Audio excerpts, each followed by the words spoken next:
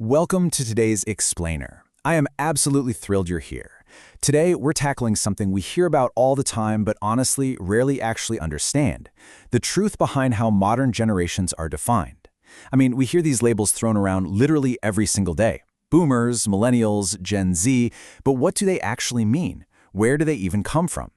Today, we're going to look strictly at the historical, economic, and cultural realities that forged these groups. Let's just dive right in.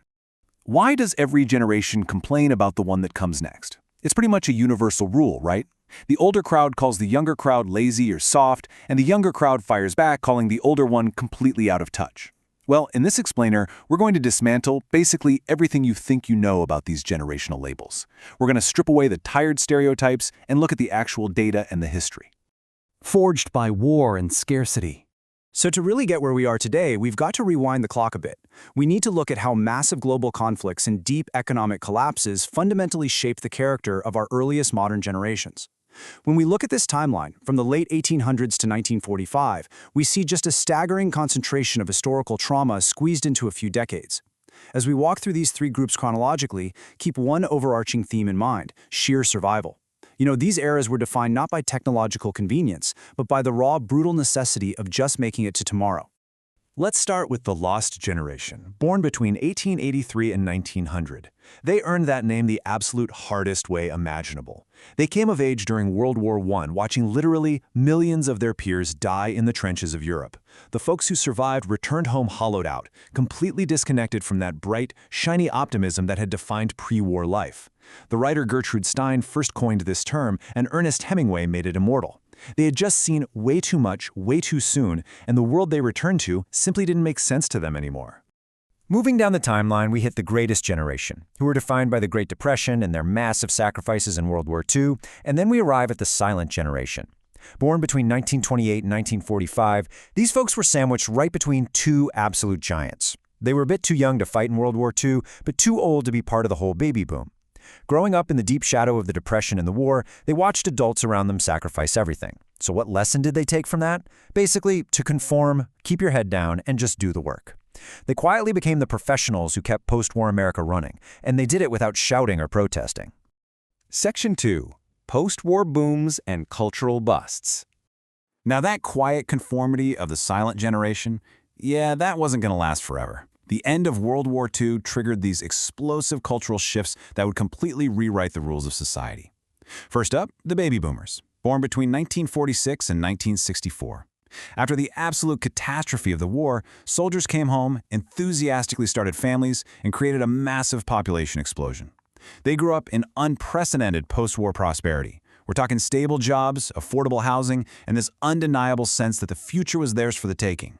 But right on their heels came Generation X, born between 65 and 80, and they would inherit a very, very different, much more cynical reality. But hold on, before we get to Gen X, we really need to acknowledge that not all boomers are exactly the same. The older boomers came of age in the 1960s. They were the counterculture. They protested Vietnam, marched for civil rights, went to Woodstock. They had this deep, deep idealism. But the younger boomers, the ones born in the late 50s and early 60s, they arrived late to the party. By the time they were teens, Woodstock was just a memory and disco was dying out. They essentially inherited the idealism without actually getting to live through its peak, which gave them a completely different flavor. And that brings us to Generation X. History often kind of forgets about them. And honestly, they didn't really mind. They were the latchkey kids, coming home to empty houses every day because both parents were working. Divorce rates were climbing fast, and the sunny optimism of the 60s had totally curdled. As a defense mechanism, they developed this incredibly sardonic humor and produced some of the most raw cultural outputs we've ever seen: grunge music, hip-hop's golden age, early MTV and indie film. Creators like Kurt Cobain, Tupac, and Quentin Tarantino give us art that didn't try to neatly inspire you. It just tried to be bracingly, sometimes brutally honest with you. Section 3. Entering the Digital Age. As we leave the gritty, analog aesthetic of Gen X behind, we enter an era of massive, unprecedented disruption. What happens when an analog upbringing completely shifts to an algorithmic one? That brings us to our newest generations: Millennials, Generation Z, and Generation Alpha.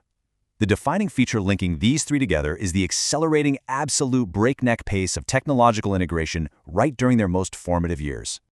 Let's contrast how these groups actually experienced this huge tech boom.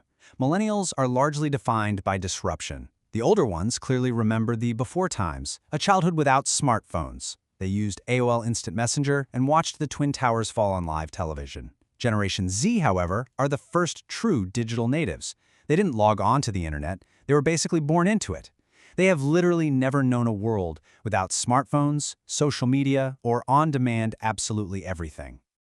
Okay, let's stop for a second and dismantle some stereotypes. Because millennials might just be the most unfairly analyzed generation in history. The stereotype says they're entitled and lazy. The reality? They are one of the most educated generations ever. The stereotype mocks them for spending money on avocado toast. The reality is that so many of them graduated directly into the 2008 financial crisis with mountains of debt and zero job prospects. They didn't delay marriage and homeownership out of some sort of immaturity. They delayed them out of sheer economic necessity. And that label of being soft? Actually, scratch that. It's more like radical honesty. They are the generation that courageously pushed mental health and therapy right into the mainstream. So, the absolutely crucial point here is that context matters, which brings us to the unique tension of Gen Z. Just consider the sheer weight this generation carries around. They've grown up doing active shooter drills right alongside their fire drills. They watched a global pandemic completely erase their formative years. Proms, graduations, first jobs, just gone. And climate anxiety isn't some abstract political talking point for them, it's their guaranteed future. Yet despite all of this exhausting reality, they have produced an extraordinary, relentless creative culture. They turned TikTok into a legitimate art form, pioneered bedroom pop, and have shown this fascinating, renewed interest in analog craft hobbies. And coming up right behind them is Generation Alpha, mostly the children of older millennials. Born from 2013 onwards, they are definitively the most tech-saturated generation in human history. I mean, many of them had ultrasound photos posted online before they took their first breath.